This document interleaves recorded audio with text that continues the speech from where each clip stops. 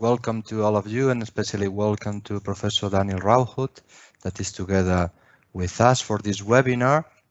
We are very happy of having today with us Daniel Rauhut from the University of Eastern Finland, although he is speaking from the south of Sweden, thanks to the opportunities brought by online work and online technology. Professor Rauhut is a top European expert in issues of regional policy, regional development, and regional cohesion. We are very happy of having him today with us, thanks to our Jean Monnet module, that is a competitive project which obtained funds from the European Commission, from the Erasmus Plus program, to promote excellence in teaching, in research, and in knowledge transfer on European issues. Professor Rauhut holds a PhD in economic history at the University of Lund in Sweden. He was associate professor in regional planning at the Royal Institute of Technology in Stockholm and works as a senior researcher at the University of Eastern Finland since 2016. He has participated in about 20 internationally funded research projects. He has 2,063 publications. 263, not 2,000. Okay, 200, of course, excuse me. 200 is a lot, but 2,000 is impossible, I think, in a normal life, of which 85 are peer-reviewed and well-reputed international scientific journals, mainly in the fields of EU cohesion policies. And in 2017, Professor Rauhut received the Regional Studies Association Award for Best Conference Paper. In this webinar, Professor Rauhut will address the current main economic thought influencing the European cohesion policy. The intervention is going to be based on the research carried out in collaboration with Professor Alois Homer, and that is published in the journal European Planning Studies. This paper is becoming a key reading for understanding current trends in European cohesion policy. So I'm not going to take more time from Professor Rauhut. I'm going to leave you with his speech. Just to say, well, the webinar is going to be in English, but at the end we are going to have opportunity for making questions to the speaker. Please, you can start to think in the questions. You can put the questions in the chat. If you prefer, you can put the questions in Spanish. Okay, and I will going to translate the questions for Professor Rauhut. Estaba comentando que el webinar va a ser en inglés, que al final haremos un turno para preguntas, que podéis por favor ir pensando las preguntas. Las podéis incluir en el chat, las preguntas que le queráis hacer al ponente. Si os sentís más cómodos poniendo la pregunta en castellano, sin ningún problema, y yo las traduciré al inglés para él. ¿Vale? Bueno, pues muchísimas gracias por la asistencia a todos y ya os dejo, no voy a robar más tiempo a la presentación y os dejo con el ponente. Thank you very much, Daniel, for being with us today here, and I leave you all the room for your presentation. Thank you. First of all, I have to say that I'm very grateful and honored to have the opportunity of presenting this paper that I wrote with Professor Alois Homer. A few years ago, we presented it for the first time at the ERSA conference in Cork, I think 2018, and then we got a very nice debate going in this conference around this paper. So we thought, yeah, well, let's make a paper. So we did, and it was published in last year, actually. And it's true what Marco said here, that I have published a lot extensively in areas around the EU cohesion policy. Earlier this year, this book came from Edward Elgar, where we discuss the EU cohesion policy from many angles, territorially, economically, and socially. And we are very happy that we managed to get the really top scholars into this edited volume. And I've also worked a lot now with the measurement on yeah, how to measure cohesion. There is a lot of work done on that. And they all point in different directions. Now I will upload my presentation, where we do have it here. Here we have it. Hopefully you see it. I can see it. I hope that the other participants can see it. ¿Podéis verlo bien? Los que estáis. And if I flip the picture, it still works? Yes. Good. So the paper that was published in the European Planning Study last year is called the EU Cohesion Policy and Spatial Economic Growth, Trajectories in Economic Thought. As some of you perhaps are aware of, there was a major shift in the EU cohesion policy after the financial crisis around 2008-2009. And this shift in focus led to a very pronounced focus on cities. Before this financial crisis, there was a lot of focus on cohesion, how to help the regions with problems, lagging behind, etc. And now the focus suddenly was turned into the cities as growth engines. And this shift to some extent triggered us to identify where these roots for making the shift came from. So what we will do in this presentation here is quite simple. We will try to identify the main economic thought influencing this new cohesion policy. And when we have identified these economic thought, we will try to identify what postulates and assumptions are made on how economic growth spreads spatially. And we will do so by reading the key EU policy documents mainly. And we will answer two questions. One is, how does the EU perceive economic growth to spread spatially? And the second question is that what are the trajectories in economic thought? Where did this shift get its root from? We will use existing research results, so it's a literature review. We read, I think, over 100 journal articles. We didn't use all of them in this paper, but a lot. And then we have also used a lot of policy documents from the European Union. I've listed the 6 most pertinent ones that contain most information on this, and that is the Territorial Agenda from 2007, the Territorial Agenda 2020, which came 2011. And some of you know that there is a new Territorial Agenda 2030, but it was published after this paper was published.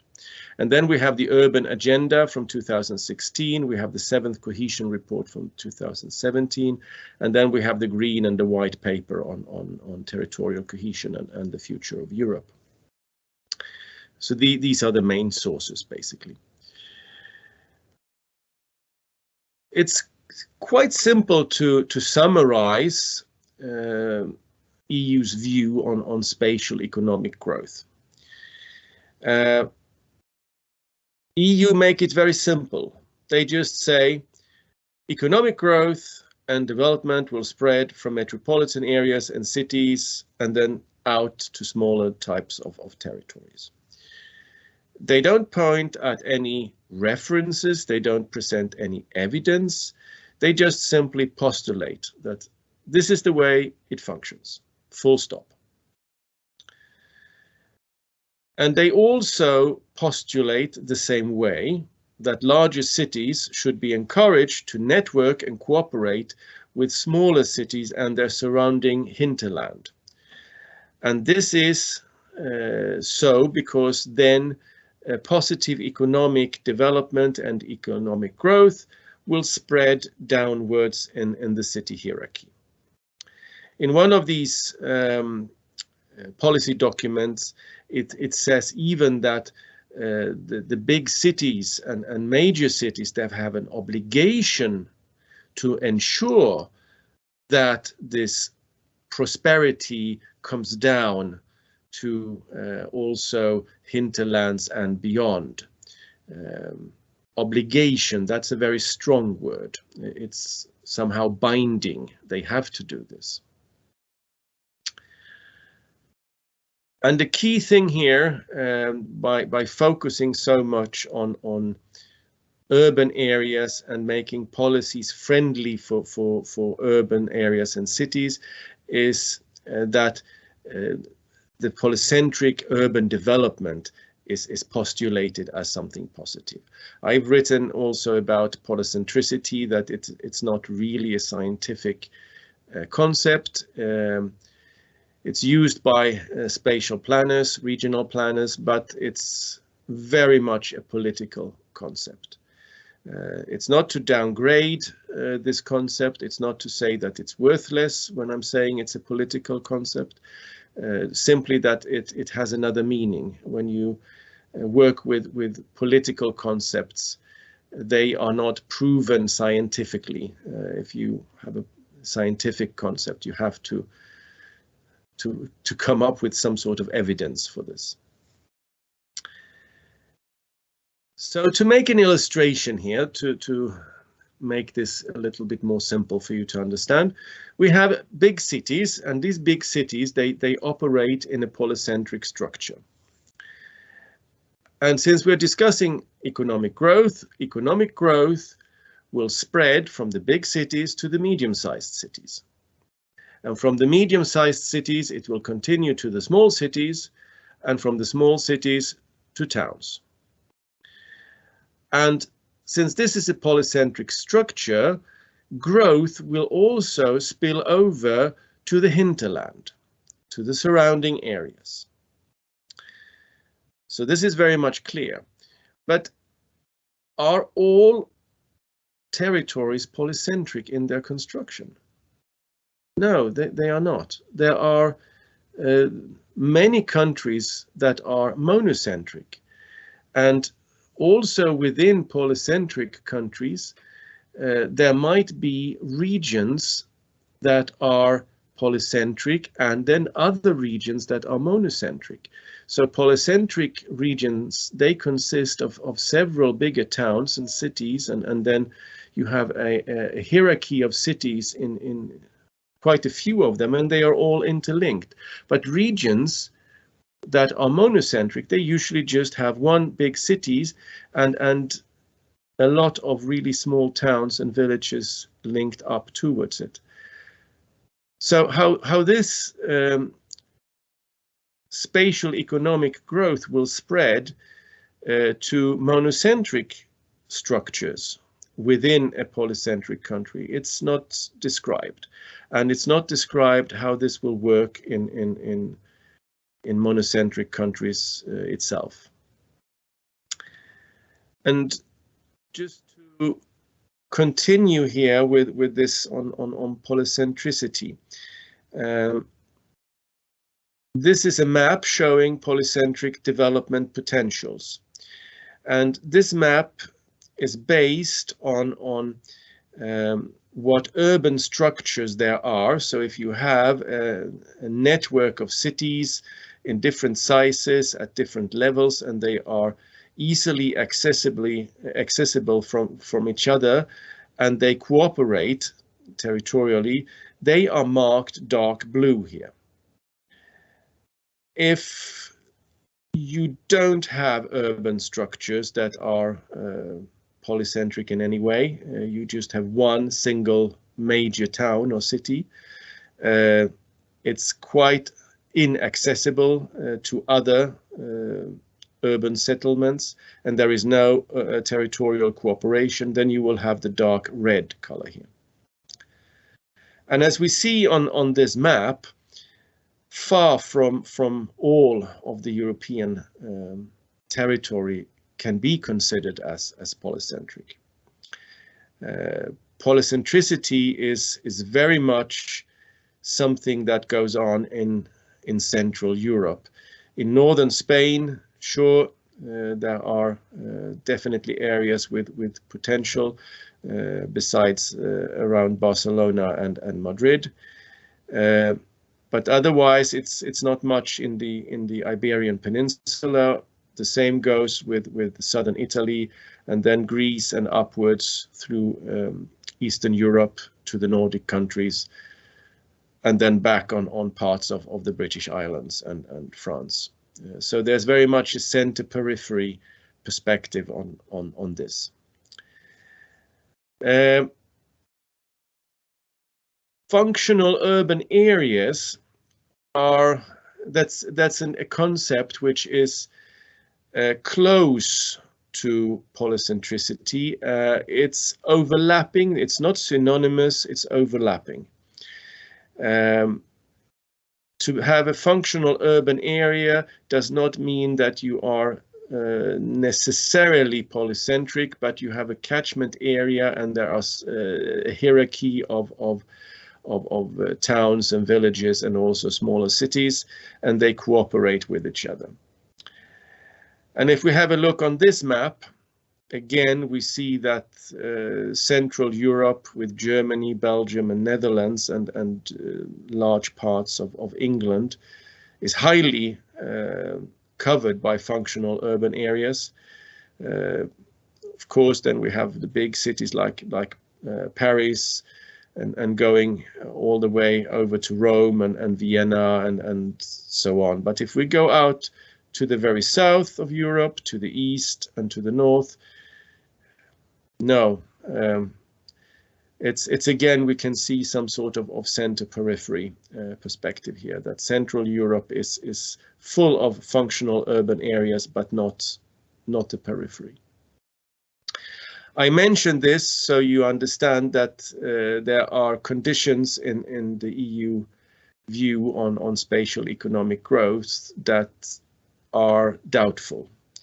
As I said, it's postulated that spatial growth will spread in a certain way, and when we compare these postulates with what the real world looks like, we see that they are not really overlapping.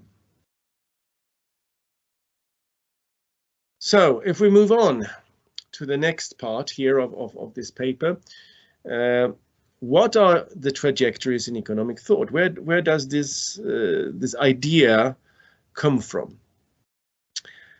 And basically, it comes from the growth pole theory. It has, I would say, two founding fathers. One is François Perroux and one is Albert Hirschman. And François Perroux, he presented his idea of growth poles at a seminar in the US in 1948, shortly after the World War II. And what he said is not that remarkable in reality. I mean, economic development is not evenly distributed over a region or a territory. There's always somewhere where economic activities cluster. And he labeled this cluster as a pole. And since there is an economic growth taking place around this pole, he named it growth pole. And this growth pole is usually characterized by some core activities clustering around each other, and they are very much linked to each other, directly and indirectly. They try to use scale economics and in that way become stronger. And also the simple rule of agglomeration economies means that if you live near to a growth pole, or rather if you have your company close to the growth pole, you will be privileged and you can link up and benefit from this. And if you have your business far away from the growth pole, or you are in a completely different trade, you won't be able to use this growth pole. And according to this argument, Peru mentions that no, regional development is always unbalanced. He developed his theory a little bit in the 1950s, where he mentioned that, yes, we can have secondary growth poles also in a territory. There might be other industries linking up, cooperating, growing, and creating a growth pole. And this means that there will be in economic diversity within this territory when you have a growth pole and then secondary growth poles, preferably several of them. As I now mentioned, Albert Hirschman, he also worked with this in the 50s. And again, his key argument or starting point was that economic growth is never evenly distributed over a territory. There is always some areas in prosperity and always some areas in decline.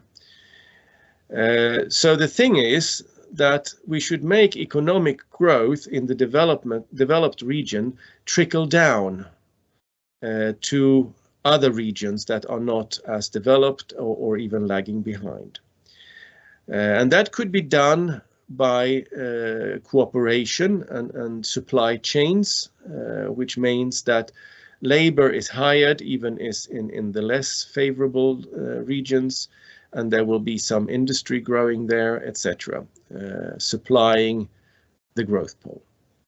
However, Hirschman was a development economist. He worked with Southeast Asia, and he made his research mainly around the Third World in the 50s and 60s. And this theory was developed when he tried to outline how to turn the agrarian economies in Southeast Asia at this time into industrial economies. And for this work, he was awarded the Nobel Prize in Economics in 2007.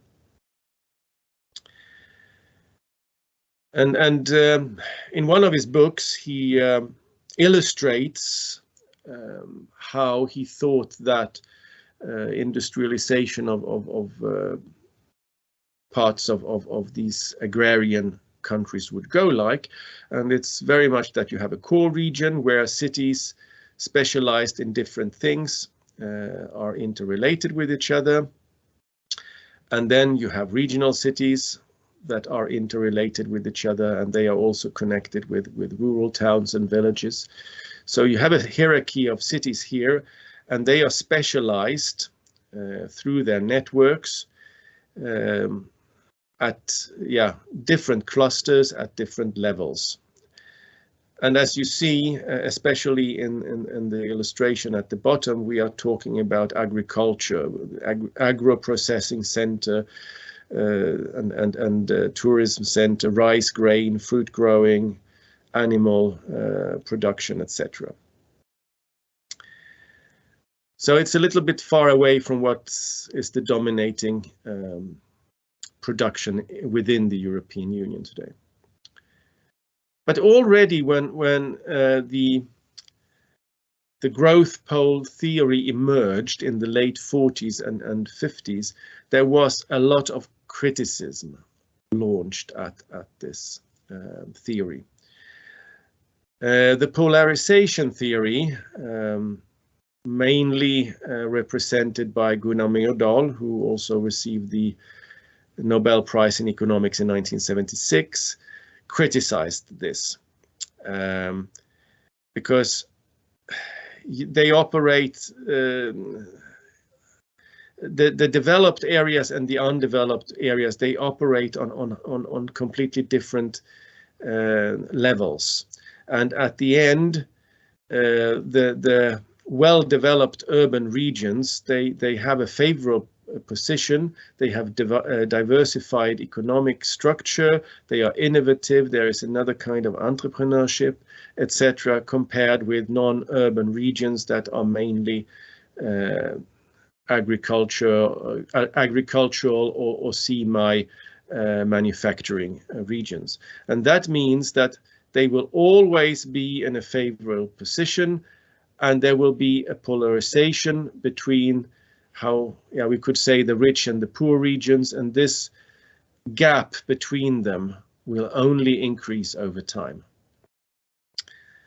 And there was a quite tough debate between Myrdal and Hirschman at this time in the 50s around this. There was also a very severe criticism from the center periphery theory, where Friedman argued that in the long run we will see tensions between the center and the periphery, simply because the rich regions will prosper and the periphery will fall further behind. Decentralizing decisions in peripheral regions won't help. In more modern times, we have, for instance, the dissociated city hypothesis, which also comes with a criticism towards the growth pole theory, by saying that those really mega cities, they need to focus so much on themselves in order to be interconnected at the global level, so they cannot afford to help the hinterland. They have to cut their ties to the hinterland.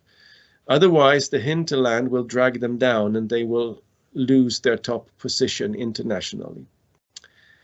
A similar reasoning is traced to the theory or hypothesis on the agglomeration shadow, where basically it's empirically proven that if you're situated in a region in the shadow of a very prosperous city region, often the capital region, you are in the agglomeration shadow, and you will not prosper. There is no boom economically. You are just serving the capital with simple things. So there is some troublesome critique to deal with here. And also Krugman and the new economic geographer, Krugman received the Nobel Prize in Economics, I think it was 2008 or something like that. He concludes that from a macro perspective, it's logical and rational to cluster around central areas. You will have lower transport costs, most of your market is there, and you can create economies of scale. So it's completely irrational to let things trickle down or trickle out to other regions in the surrounding.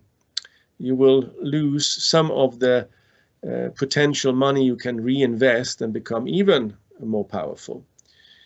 And in agglomeration economics, clustering and concentrations is really leading to productivity increases in economic growth. And again, there's no point of letting these valuable gains trickle out, because then you will lose your own comparative advantages on a global level.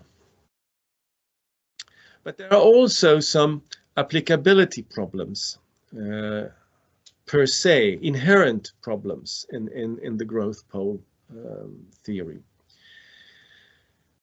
As I told you, Peru, he presented his ideas in the late 40s and early 50s, and they very much focused around how to stimulate the war-torn French manufacturing sector. At that time, or even though it was post-war era, the economy was very much planned in order to succeed with the rebuilding efforts. So there was no free market. Everything produced was done so according to a national plan. And all industries had to adopt to this, and all producers had to adopt. Today we have a free market in Europe, so here we find that one condition is not met, really.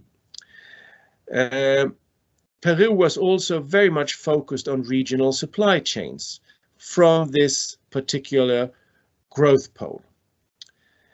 His growth poles consisted of manufacturing industries, various kinds of manufacturing, and from these growth poles there were regional supply chains feeding the production in a city or town higher up in the hierarchy.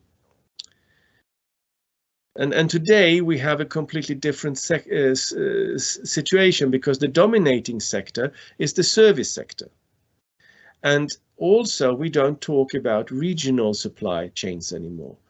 I mean, the logic is clear that if you have a cluster of industry in one city, then they subcontract some production to or just buy products from a smaller manufacturer in a nearby town, and they in turn buy their components from another producer further down in the hierarchy, and thereby producing the regional supply chains.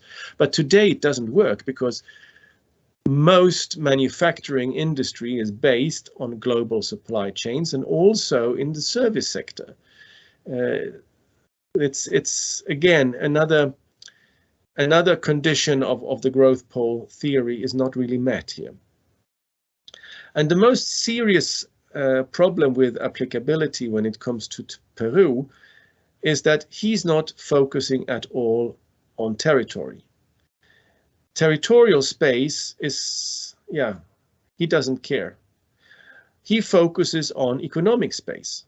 And that means market shares. It means how things are distributed, either as input commodities or as finalized products.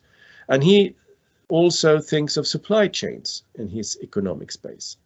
So when he talks about trickling down, it's completely aspatial.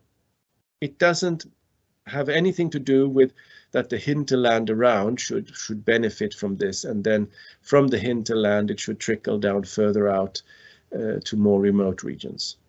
So he is completely aspatial in this sense.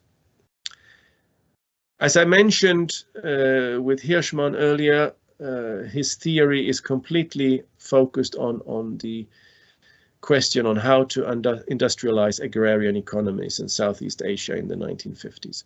And we seriously have to ask ourselves how these ideas can be copy-pasted into post-industrial economies dominated by a service sector.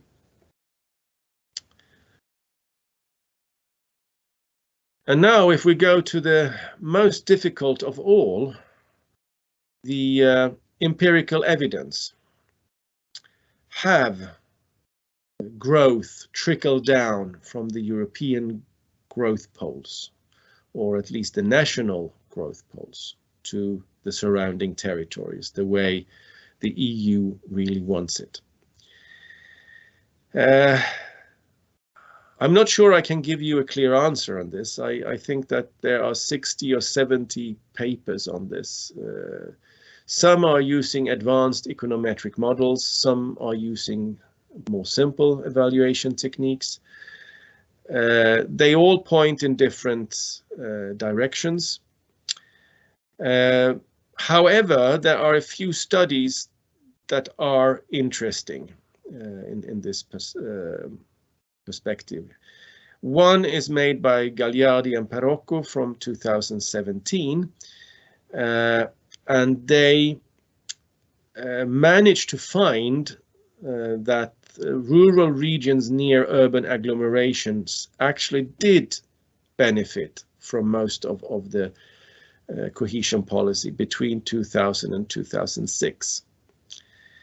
But again, this was before there was a shift in the EU cohesion policy, and this was also mostly before all the East European countries joined the EU in 2004. So the evidence is not clear-cut here. And there are also a study by Fiaschi and others from 2017 pointing at similar findings, but they are only valid for the EU 12 members, and that is not the accession countries from 2004. Then there are other studies trying to present, I'm saying trying to present because this is, all are not using the same econometric models. Some are using interview techniques and just interviewing people. But there are some studies here pointing at that the peripheral and non-core lagging regions did not benefit very much. Actually, the core regions benefited more, probably because they had big cities. So here is a problem. It didn't trickle down. And also there is one study that's showing that if you're situated in a hinterland, you actually build up a dependency situation. It's not that you cooperate with the big city or the city agglomeration on equal terms. You are very much in just dependency from the rich and booming region.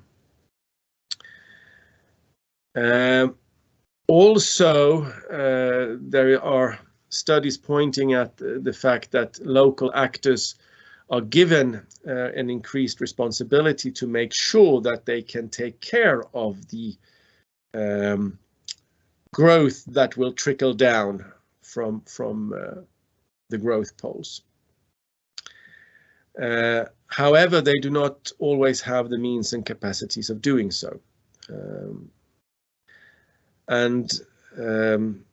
Also in the remote regions, there are evidence that it's the core of the remote regions that take the benefit in the sense if there is a benefit, and the periphery of the periphery don't get any share of the cake.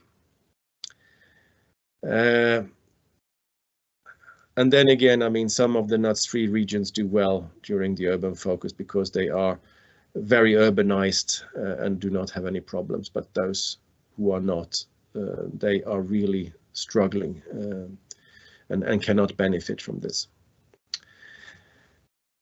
So if we try to map how the ideas have gone from Peru and Hirschman to the different policy documents. We can start with the Europe 2020 down to the left, where we see both influences from Peru and Hirschman. Peru, it's in the case that the focus is on economic space and not territorial. This policy document is to large extent aspatial in itself. And we also see the trickling down effects from Hirschman, that it should benefit all parts of EU, also the outmost regions. It's stated several times in the Europe 2020. And when we can see similar things in the Territorial Agenda 2020 on the right hand side, where there is a lot of discussions on regional supply chains and regional imbalances, and also trickling down. This is more territorial than the Europe 2020, but still it doesn't really understand that Peru was aspatial in his thinking. So it's just glued on here that, yeah, let's assume the following.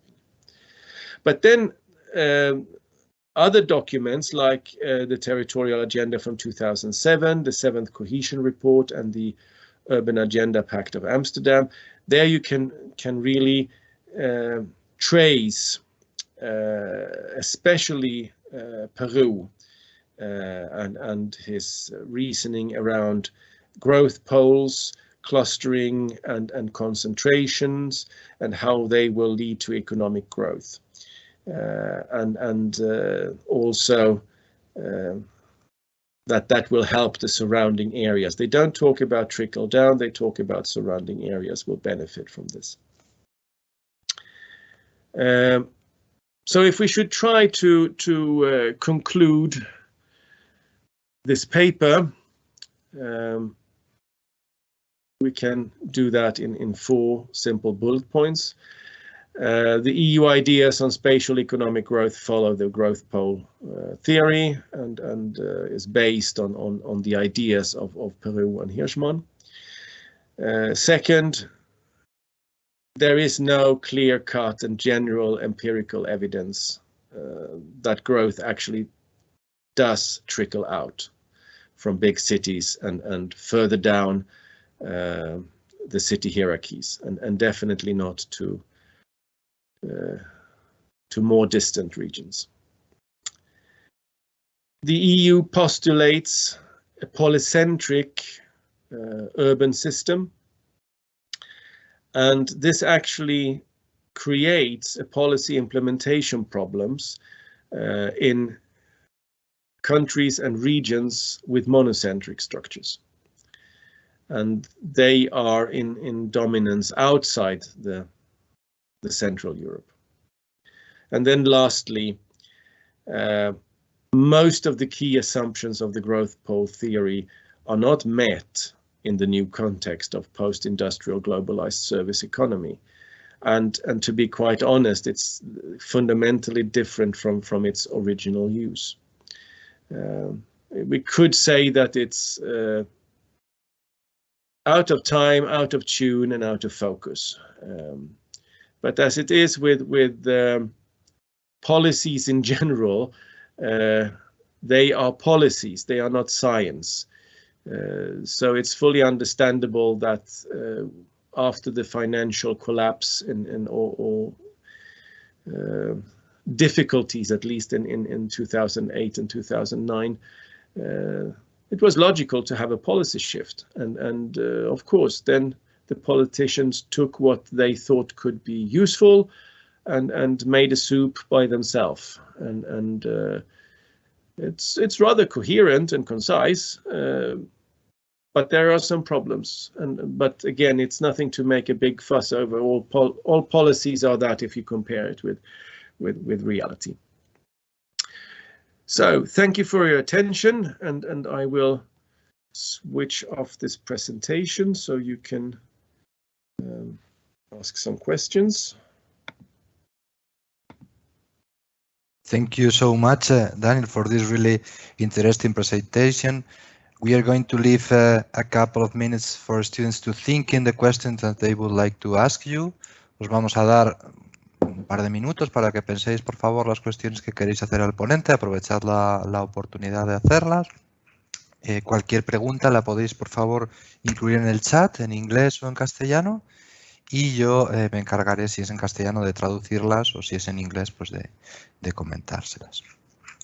I would like to say thank you to Daniel for this really interesting presentation, because we bring together economic theory, policy practice, empirical evidence to evaluate public policies, and this is really, well, inspiring for our students and our professors that are participating in the conference. I would like to say also thank you very much to all the team that is involved in organizing these activities and in the Jan Monnet, in our Jan Monnet project, and also the students who participated in the events. I don't know if we have any question. Please write in the chat. Okay, we have one question by Irene. Irene is some of our students in regional economics. That is a specific subject when we are analyzing these kind of issues. And Irene says, which measures, which policies can be carried out in order to confront, in order to face the inequalities generated by the growth pole model? I think this question relates to some extent to the second question here as well, by Stefania, because the EU decision model is based on the open method of coordination, and that means that everybody have to agree.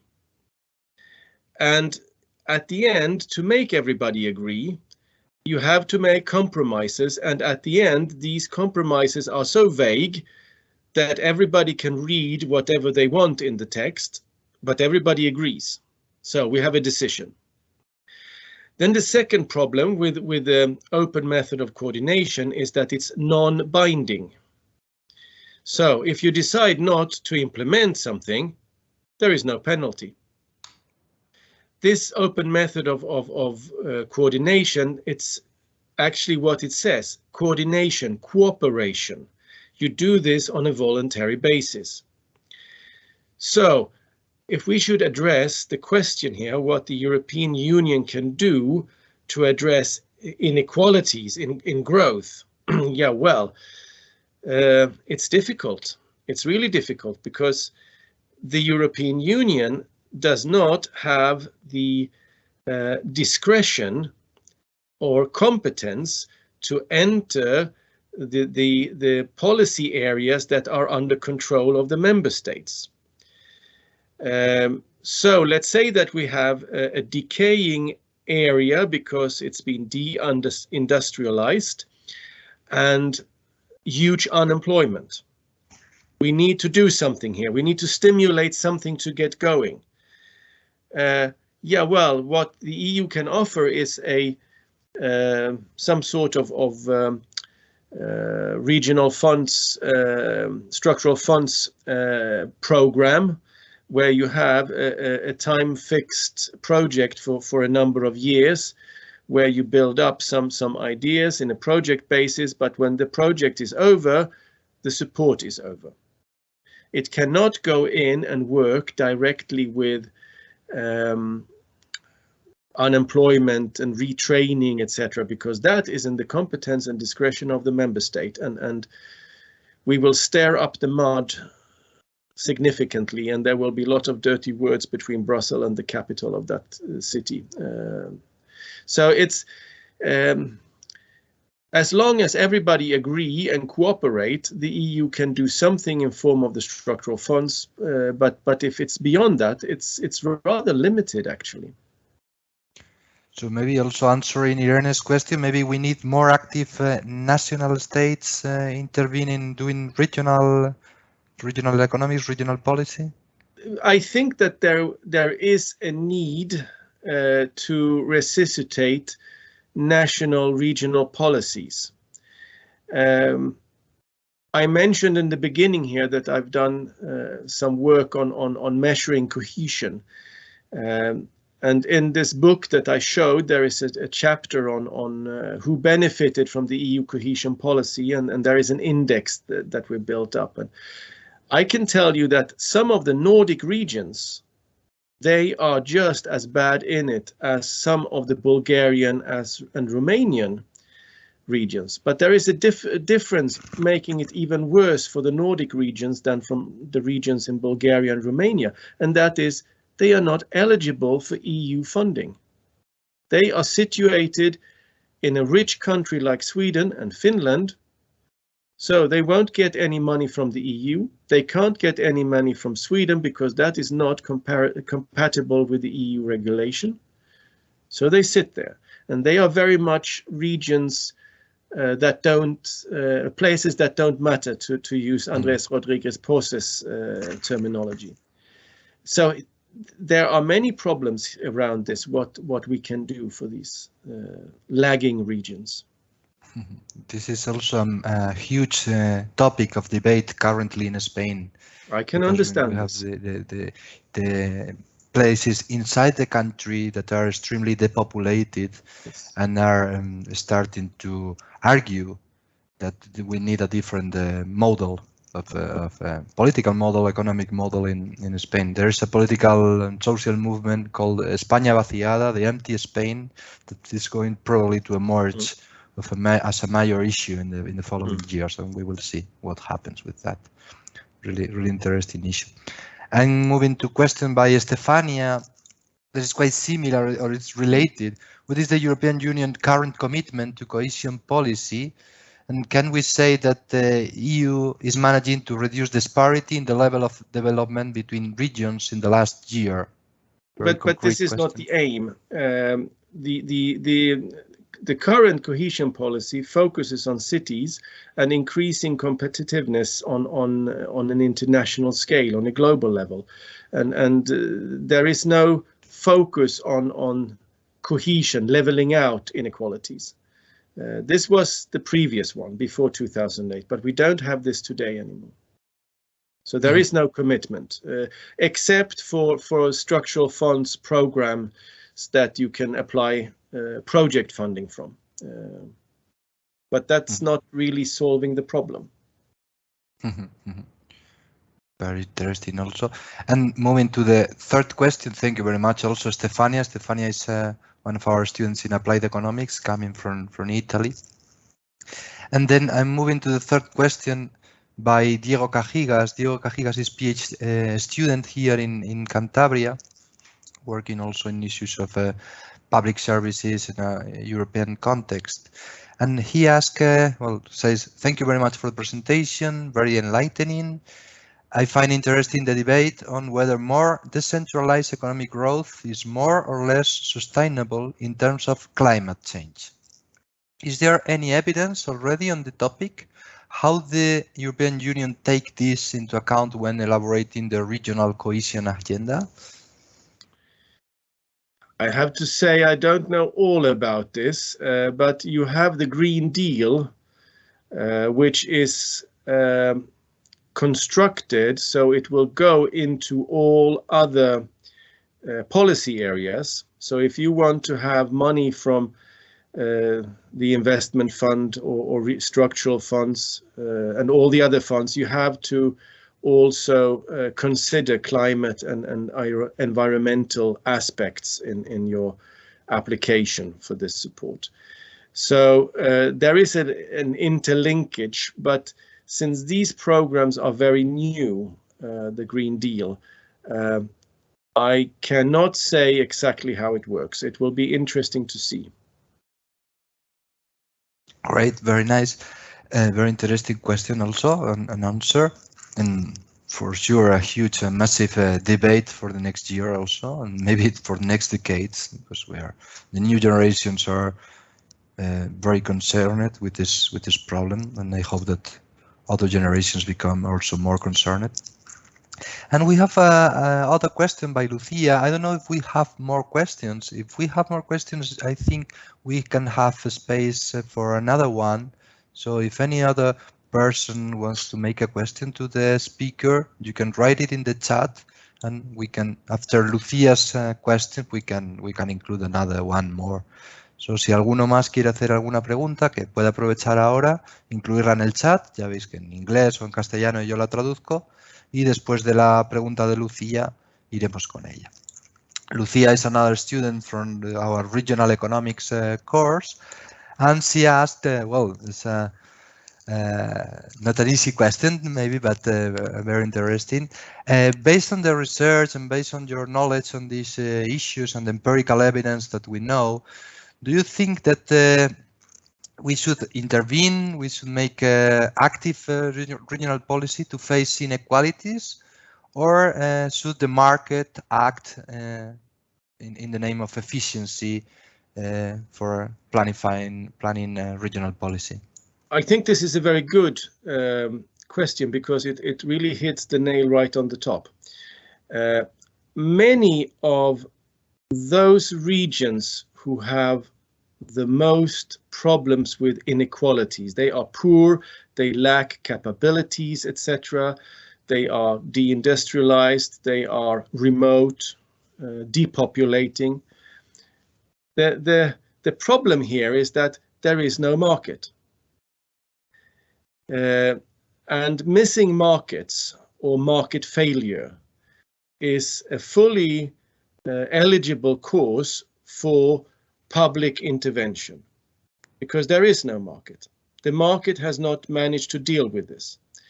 And when we talk about social overhead capitals in economics, this is all the infrastructure and functions needed before any other economic activity actually can take place.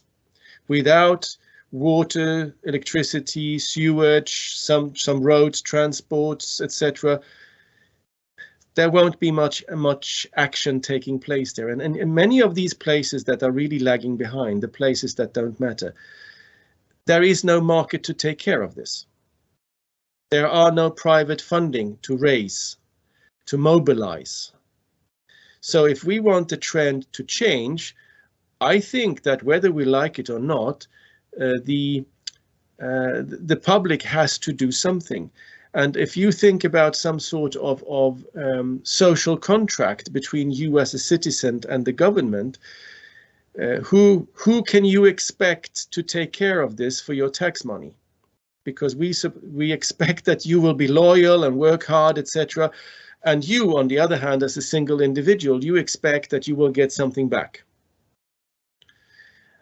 And in these really difficult areas, I think that here the responsibility has to default back to the public. However, of course, when the region has managed to solve the problem and there is some sort of economic activity coming up, then there is no need for the public to continue and support. Then they should be slowly given the opportunity of forming their own development again. But I think that in some situations the market is the best. In some situations we have to accept that the public do something as well. Great. Thank you very much. I think we addressed all the questions that we have, and I would like to say again, thank you. It was really inspiring. The topic was lovely and exactly addressed what we wanted in this Jan Monnet module.